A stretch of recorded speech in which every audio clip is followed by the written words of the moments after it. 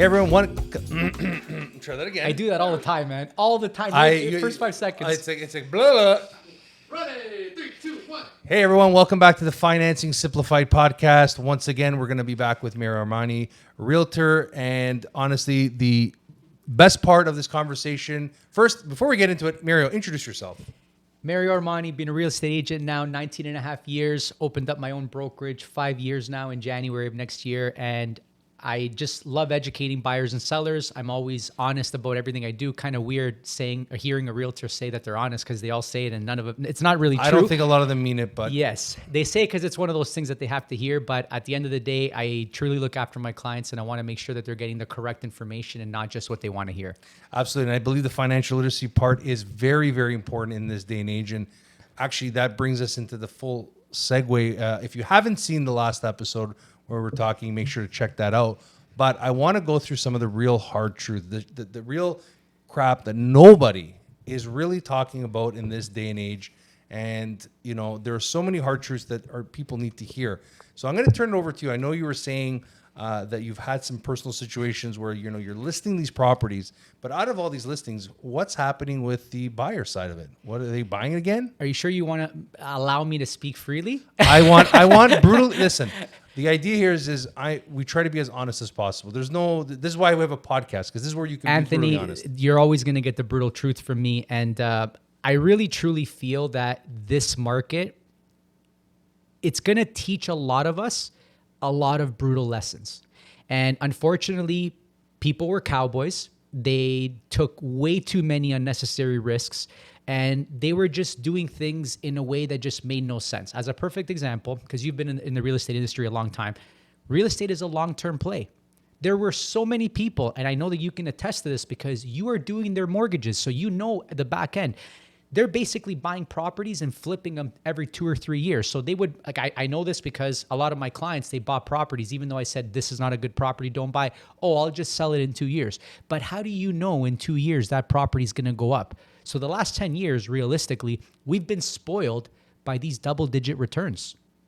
We've been really spoiled. Low interest rates, lack of financial literacy, brokers willing to do a deal just to make a buck. Not having the conversation with the client say, well, you're buying a pre-construction condo. We just had a developer on here and we were talking about this. And I'm like, you can go in there and buy as many condos as they'll let you buy because you're like, oh, I'm going to flip it. I'm going to do this.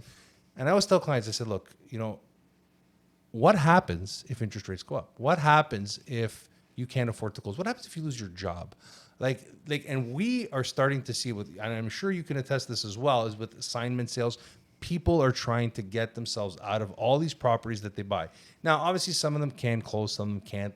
Let's call a spade a spade. People that over leveraged, you know what? They're going to have a hard time. They're going to have a hard time. It's going to be a problem. But why did nobody sit there and tell them? Say and I probably lost in deals. The clients walked away to find somebody that's going to say yes. I call them the yes brokers. Whatever you want. They're paper pushers. When we start dissecting a deal, when you're looking at them, you're looking at it going, okay, your leverage, your ratios are really high. This is going to be a problem. If interest rates go up 1%, I got to qualify you now with the new MQR, the new stress test rule. You're not going to qualify.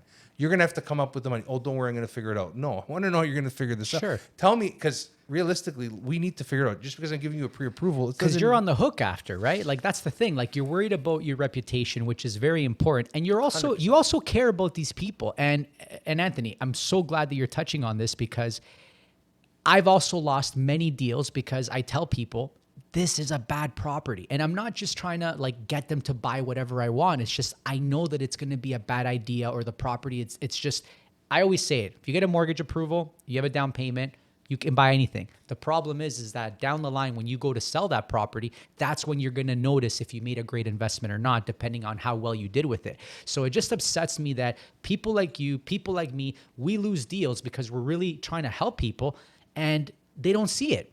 They just don't see it. We're only as good as our last transaction. At the end of the day, if the client made their mistake, we can do our best to disclose. We tell our clients to sign, you want a variable rate? You sure? This is what happens. This is what this is the adjustable. This is fit. Are you sure? You sure? Oh, yeah. Okay, you're signing the disclosure document. You can't come back to me and say, I didn't tell you that this was going to happen. I told you, so you want the extra 40 basis points off the rate because it's cheaper when rates were dirt cheap, and you can get a variable for like almost a full percentage point, 1%, 1.5, you know what I mean? And everything else was at 2. That's what you're paying for. You're there. Sign the disclosure. We disclose everything to our client, and they have really ideas, not to say like we told you so. We're never going to tell a client that ever. But you're going to say, look, we had this conversation. These are my notes. I've documented this. We've had this conversation. And they'll be, and I hear people, because we'll hear clients that will come to us and say, oh, that broker was really shit. He did. I'm like, what made him shit? Tell me. I want to know what. Because you want to learn also, right? If they did something bad, you want to make sure that you're not doing those same things, right? And we're never throwing anybody under the bus. Even if somebody says that realtor did this, that, I'm like, ouch, okay. But like, I don't know. I'm only hearing one side of the story. This is where we're always going to yield a little bit and say, okay, why did that broker put you in with Home Trust? What was the reason behind it? What was happening at that time? Oh, I don't know what happened at that time. And then you pull the credit and you start to get a little bit of the story. You start to look at the income. You're understanding some of, and Home Trust, for those who don't know, it's an equity lender. In the defense of any client, the thing is that there's a lot of people, and I'm sure you've seen this, they're sheep in wolf's clothing. That's what I call them. They're smooth talkers. They'll convince you into something, and some people, they just trust. And it sucks because those people get burned, and then next go around it, they get a professional like yourself or myself, and they doubt everything that we say. I'm sure that's happened to you tons of times where you're actually doing a great job. Meanwhile, they came to you from being screwed over, and they're literally questioning everything you're saying, but it's just not their fault. So I kind of want to defend these people. Absolutely. It's like a bad breakup. It's like a bad, Yes. you're going in there with those scars and Yes. emotional baggage. I totally understand. I say it all the time. You just need to do your research. You just need to ask the right questions. Like why are you using this realtor? Because you've seen their sign in the area, or because he's a family friend or somebody that you know? It's business. It could affect you negatively for the rest of your life. So why aren't you doing your research to make sure that everything is okay? And for some reason, the majority of the public don't do their research. No. Like we're in an industry now where it's a lot cooler to seem like you know what you're doing, because on social media, everybody can fool anybody. So as long as you have some pretty cool videos and pretty cool marketing pictures, you know, you're sitting in front of a $10 million house with a Ferrari and you're just looking and posing great, that guy must know what he's doing. Meanwhile, the guy's an idiot and doesn't know anything. But that's the culture, and it's never going to change. If not, it'll get worse. It's the fake it till you make it mentality. And I think, How unfortunately, do you two combat that? Fake it till you make it, because that's right now in your Okay. industries, big time. so since we're being brutally honest, when I got into this industry, I am the type of person that I literally shadowed my mother, who was the principal broker, right? And she's like, look, I need help. So I started with the administrative stuff, never fed a deal, but just literally listened to the conversation, because I figured I'm an industry guy. I want our industry to do well. If our industry as a mortgage broker channel does well, we all do well. If we can take Absolutely. that dominance away from the banks, which we need, but obviously it's the care, it's the attention to detail that you're going to get. And most of the times people always ask you and say, look, what's the difference between me dealing with a broker and me dealing with a bank? And I'm like, there's a lot of differences. And, you know, you'll go through them saying, you know, obviously we're going to give you the service, we're going to hold your hand, we're going to guide you through the process. And most importantly, it's 10 o'clock at night and we're having this conversation, because Yeah. you would not be getting this call with your bank, right? So when it's that customized service that we bring to the table. But how do you combat it? It's really hard to combat people that don't interview their broker. They don't do the due diligence.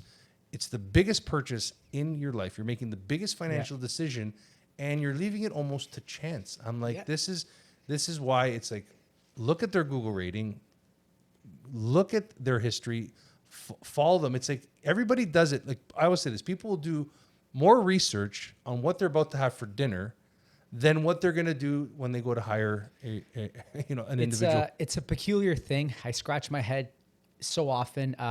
Sometimes on social media, I will refrain from, let's say, continuing to say something. That's why I kind of admire, I'm not a huge fan of Gary Vee, and then I kind of like him sometimes. I go through like spurts, but the guy's a broken record. He's always saying the same thing. And I kind of figured out why, because people don't listen. So it's like, if he's saying the same thing, it's because he wants people to understand his point.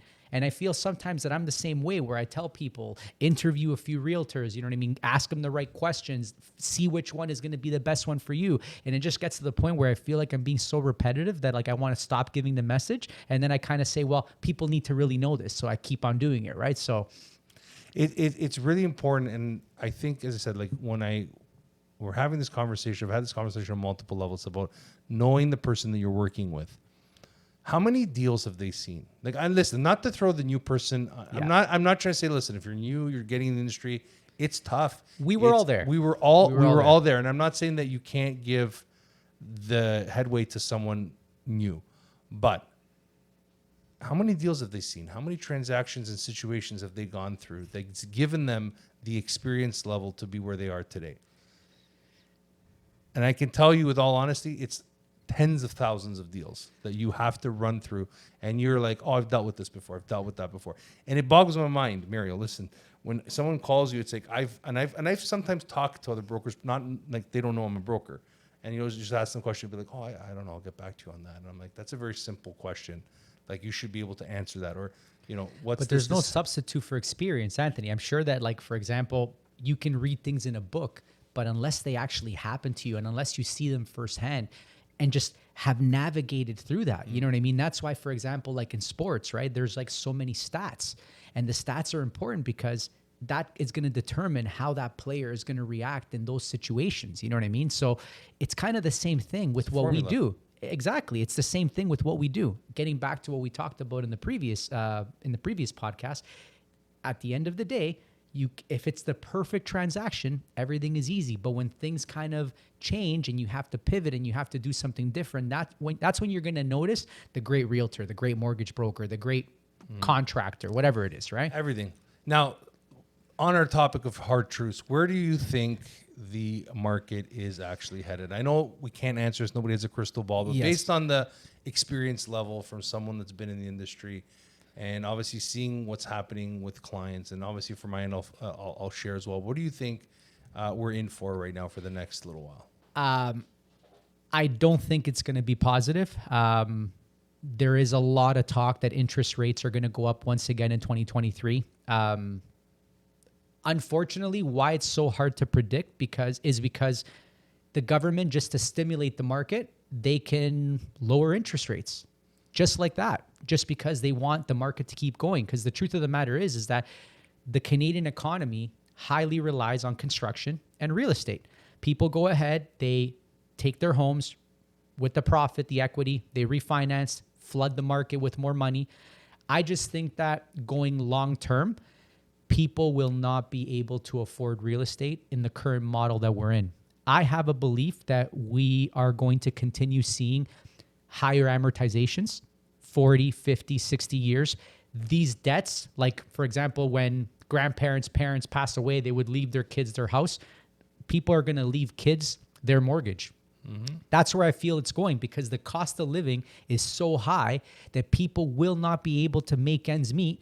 And it's just, even rent is tough. Forget about owning. Just renting nowadays is very, very difficult. So unless there's some type of a shift, and it's going to happen. Why?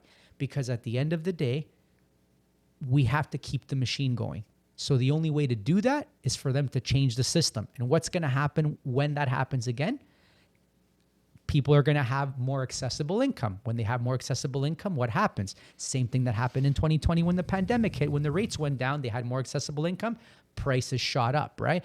So long term, I think the real estate is always going to be a great play. Short term, I think the market is going to continue going down. So if you're a seller and you're watching this and you're thinking about potentially selling, do it sooner rather than later. You know the old saying, bird in the hand is better than two in the bush. Yeah.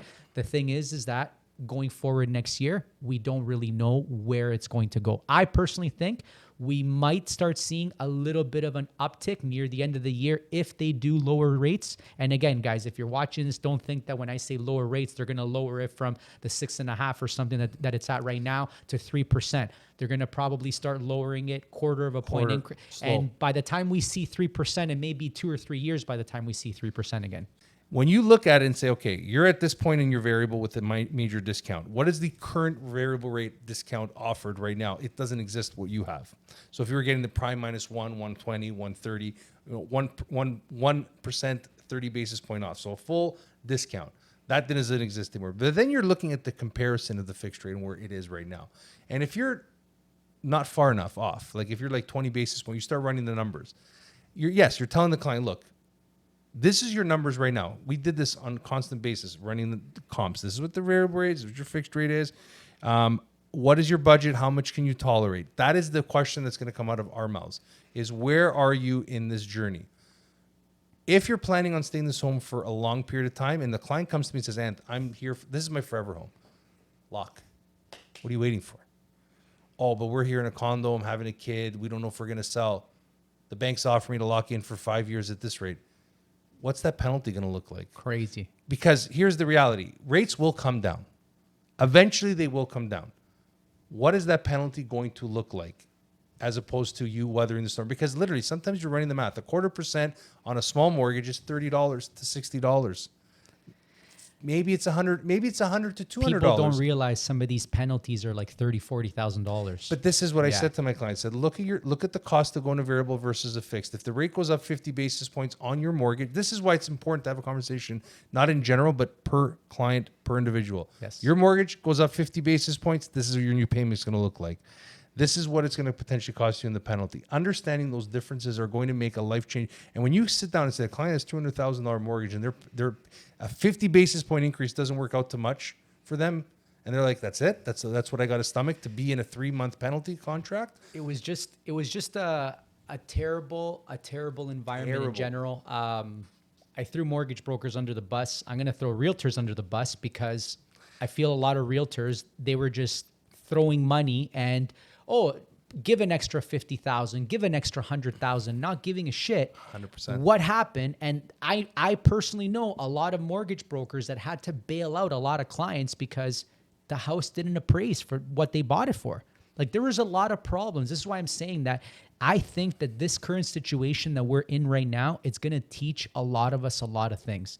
The truth of the matter is that I feel a lot of people are still not going to learn. That's the terrible part. Our vision, our tunnel vision kicks in. We have like Yes. a memory span of a 6 months sometimes. I'm serious. You're right. Because you're right. I think out of this lesson, like I do my videos, I don't even, except for recently, it's like I don't even do variable rate mortgages anymore. I'm like, you don't even talk about variable rate mortgages. Sure. To me, they're dead unless there's a specific scenario in which the client needs that option, because there's no point in giving someone that option at the current point. Now, that comes up to the point where a lot more people are looking at because the fixed rates have gone up so high, they're almost in parallel with variable rate mortgages right now. So clients are going to have a lot of options out of them. But I'm getting those calls, and I think rates are going to come down. I'm like, what makes you so certain? Like, I know they are, but eventually, I shouldn't say that. I think they are. If history repeats themselves, eventually the Bank of Canada will have to reduce rates because they need to stimulate the economy. It's the only lever they have. It's the only play. It's the only play. We just have to After you get to restrictive territory with the policy rate, the problem We have to wait it out. We have to wait it out. It's going to ride, and then but it's not going to, I always tell people, it's not going to come down as fast as it went up. It's as fast as it could potentially come down. It could be 11 times, another year, 2 years before we see those rates. I threw mortgage brokers under the bus. I threw realtors under the bus. Now I'm going to throw the government and the entire system under the bus. I feel that people got screwed. Like, I understand rates went up. You could have locked in. So I'll throw this scenario at you. Let's say somebody went ahead, COVID, they got a great rate. Let's just even say 2%. I know that a lot of people got less, but let's just say 2%. Signed a 5-year fixed. They got to go renew. They took out a whatever mortgage, 800,000, 600,000, whatever it is. All of a sudden, 5 years later, they're renewing at 6%, 5.5%. I understand that there's a risk. I understand that things can go up and down, but is it really fair? Like, I understand there's going to be a little bit of variance, 1-2%. The stress test was put in place to kind of make that variance buffer that. Yes, just to make it understandable, acceptable, all that. But now when you go from 2% to 6%, how is it fair now that I could totally understand if they said everybody who has a brand new mortgage, you're going to have to qualify at this rate. But if you are refinancing a mortgage, why aren't they offering these people some type of a discount?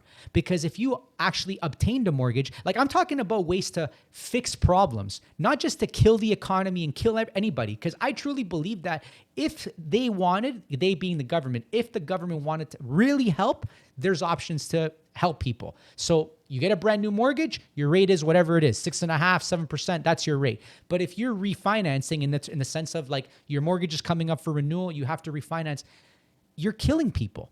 Like these people never expected from 2% to go to 6%. I could understand going from 2 to 4, 2 to 4.5, I get it. But 2 to 6? So they literally killed everybody. So this is a problem where everybody fucked up. I believe everybody did. And I'm going to start with the Bank of Canada. To be honest with you, in a big way, yes, they created the problem. I don't understand how our governor of the Bank of Canada comes out and says, we're going to keep interest rates low for long. That alone was the biggest faux pas, the biggest fuck up that they could have possibly have done. Because that just gave everybody the ammunition to go out there and had blow confidence. their brain. Because he said it. If you're taking on him, I'm like, if you were cautious, and especially as someone who's the leader of the central bank, to come out and say, look, we're going to monitor the situation. Right now, the economy requires us to drop interest rates to continuously spur the economy. But eventually, if we start to notice things are breaking, we are going to have to revert back to higher interest rates. So, caution, don't throw it into the wind. Be cautious. Then you have the interconnection between the government, the stimulus that they just threw blanket checks at everybody, 16-year-old kids, people in prison getting $2,000 checks. Whoa, okay, now that's not the problem. It's literally the simplest economic. You don't have to be a rocket scientist to realize the more money is in the economy, the more things will eventually start to cost. Going back to what I said, everybody was spoiled. We were, and that's the thing. Interest rates were down. Economy, real estate only does one thing. In the long run, I still believe that statement. In the short term, it's not a short-term play. No. But there is a lot of blame to be put on the government. And the fact that they failed, not just this current administration, but previous administrations. The housing problem in this country is not a 8-year-old problem. It's a 3-decade-year-old problem that we just weren't producing enough homes to keep up with the existing amount of people in the country. We have super lax money laundering legislation here. We're allowing foreign entities, and I believe it's a small percentage that we know of, but if you look at statistics, you look at people in Vancouver, they own $4 million homes with $15,000 incomes, and all under a corporation because there's the guys and the protection of that. There's a lot of sinister shit at play. I just think the government doesn't want to fix housing.